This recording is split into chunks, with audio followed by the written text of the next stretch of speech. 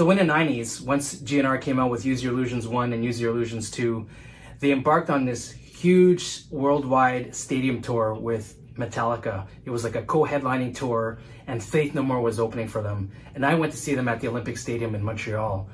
So excited about this tour, bought the ticket and just waiting in anticipation and just listening to their music day in and day out. I actually told a little white lie to my parents, because back then they wouldn't have allowed me to go and check out this big bad rock band and a heavy metal act at the Olympic Stadium. So I think I told them I was checking out some pop artists, whether it was Madonna or Michael Jackson or something like that. Metallica opened up. Amazing show. Incredible. It was my first time seeing Metallica at that time, and it was during the Black Album, obviously their biggest album to date, and super excited. I knew the songs word for word, having a blast. 45 minutes into the concert, they start playing Fade to Black, right? For all you Metallica fans, that's such a classic.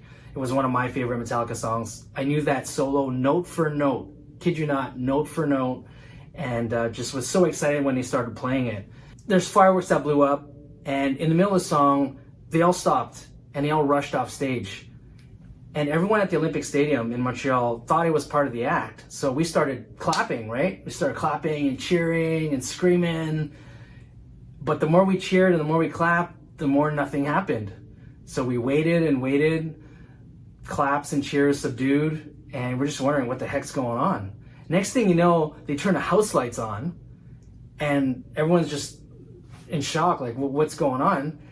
And Lars, the drummer, Kirk, the guitar player, and Jason, the bass player, came out in front of the stage and pretty much told the crowd that they cannot continue the show because James had just burnt his whole half side of his body, and that they are sorry and that they'll have to come back and make up for it.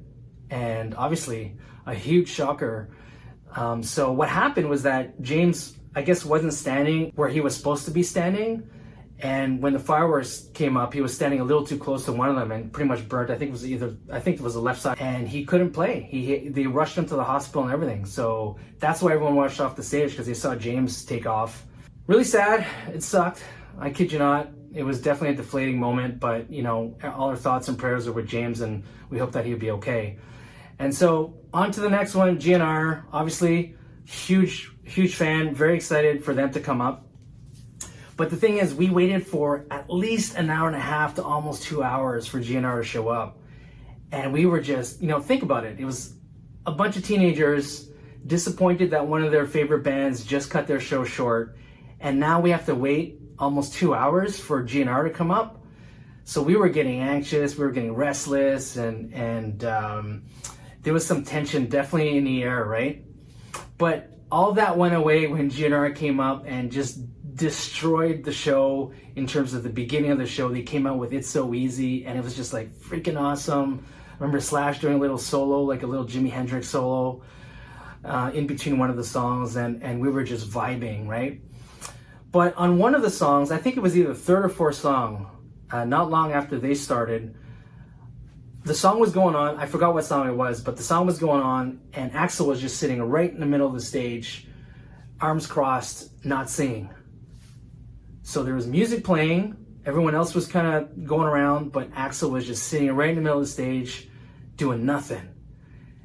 And it was the weirdest thing, I think. And during that song, he got up, insulted the crowd, threw his mic down, and just took off. And so the rest of the band followed suit. They took off as well. And I remember after that happened, now don't forget, this is like pretty early on in the show. Like this is, 4 or 5 songs in max, right? All I remember is that I looked to my left and there were these huge GNR fans. They had all on GNR t-shirts. One of the guys took it off and started burning it, literally lighting it on fire. And it's just like an explosion happened. It was like an eruption, and everyone just went ballistic. They just rushed to the stage. They destroyed all the equipment. People were burning their shirts. People were screaming. You know those chairs on the floor, how they have those chairs? It's fixed pretty solid on the floor. Well, everyone destroyed that. They took the chairs, dismantled it, bent it. They were throwing stuff on the stage. Just chaos started happening.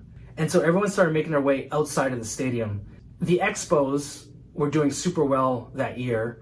I remember it was when they had the pinstripe uniforms. guess what happened?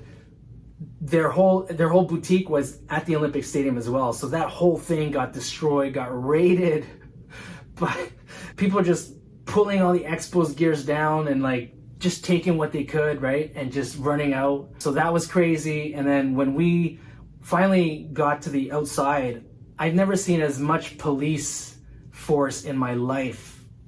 There was the riot police there. There was like horses everywhere, right? With the riot gear. It was just a scene from the movies. Think about it. There was at least 50 to 60,000 pissed off teens or young adults getting out of that stadium all at once. You know, where the Olympic Stadium is at, you have like these main roads surrounding it. So picture yourself in your car just waiting for the red light to turn green, and thousands of people are just walking over your car, crushing your car as you're waiting for the light. By the end of the night, there were cop cars that were turned over, lit on fire. It was really a riot. That's essentially what was going on. I remember watching one of the Metallica videos that talked about this. James was talking about this, and he said, you know, Axl could have really saved the day.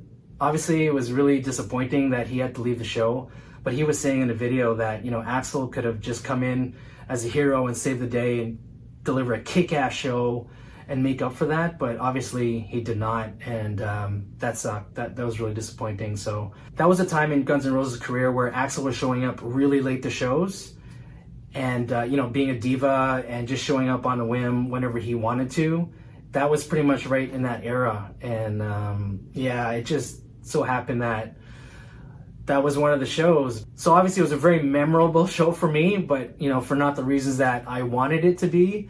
So I saw GunsNRoses recently. I think for the last couple of years, they've just been touring the world over and over and over again.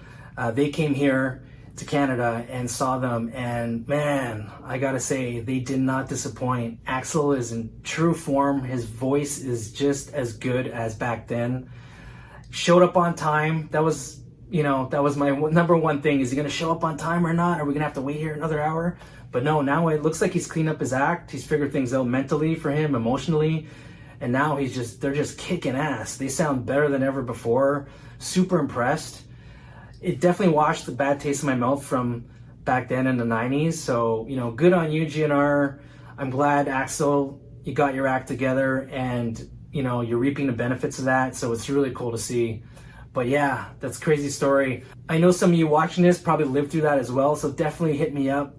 Put down in the comments your experience of that night. But that's a night I'll never forget. So circling back to my parents, obviously all this stuff was in the news the next day.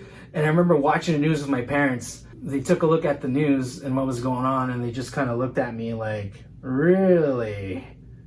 So I pretty much got out of that one scot-free. So love you, Mom and Dad. You're the best.